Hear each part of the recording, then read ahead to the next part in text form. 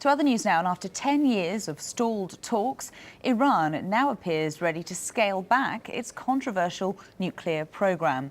Well, despite some skepticism from Russia, Western leaders say intensive talks in Geneva have broken new ground. Joining us live from California is Arash Aramesh, a Middle East analyst at Stanford University. Very good to speak to you, Arash. Some positive musings there from the West, Russia more skeptical. What's your assessment?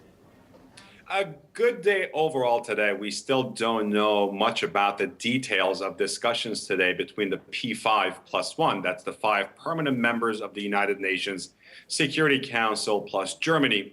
We're not sure exactly what went on, but everyone, including members from the American delegation, said that the talks were positive. There was a general positive mood that governed the meetings and governed the talks, and everyone seemed to be happy.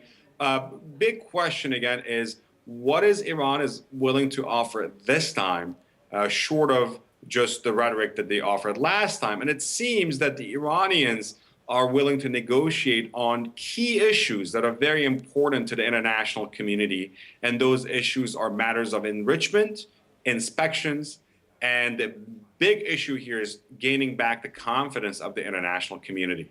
And this willingness to negotiate, as you call it, this all stems, I guess, from the new, more moderate government under Rouhani. A real cause for optimism now in a new era in relations with Tehran. Certainly new cause for optimism, but always cautious optimism is the best sort of optimism to ask for. Mr. Rouhani came to power with one big promise, saying, hey, the Iranian economy is hurting, it's suffering. I'm here to fix these economic ailments. One of the main reasons for Iran's economic problems, in addition to domestic mismanagement, is the international sanctions that previous administrations in Iran have brought upon the economy. Why? Because they didn't negotiate, or they were not able to meet the demands of the international community over Iran's nuclear dossier. So far, so good. They've been able to take some good steps in the right direction, but they're far short of those steps needed to fully lift those sanctions off the Iranian economy. We got to see and wait and see what else they have to offer and what the details of this offer today actually entail. Of course, Iran still insists rather that its nuclear program is peaceful. Israel saying, on the other hand, that the country is very close to developing a nuclear weapon. Where do we go from here?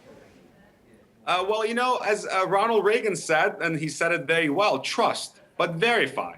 Yes, sure, we can trust you. You say you don't have a nuclear program. All right, but we have to verify that. We have to make sure that we can verify these elements of the Iranian nuclear program. Again, that's why the matter of inspections, the matter of inspection is such a big, important part of this deal. We have to have the ability to visit actual physical sites on the ground, be able to interview actual scientists in Iran to be able to determine what direction is this program going. So Israel has its concerns, the West has its concerns, the United States in particular has its own concerns. Can we trust the Iranians? Sure we can, but we have to make sure we verify that. And that trust, by the way, will come in a timely manner. Arash, we must leave it there, but very good to speak to you as always. Arash Aramesh there.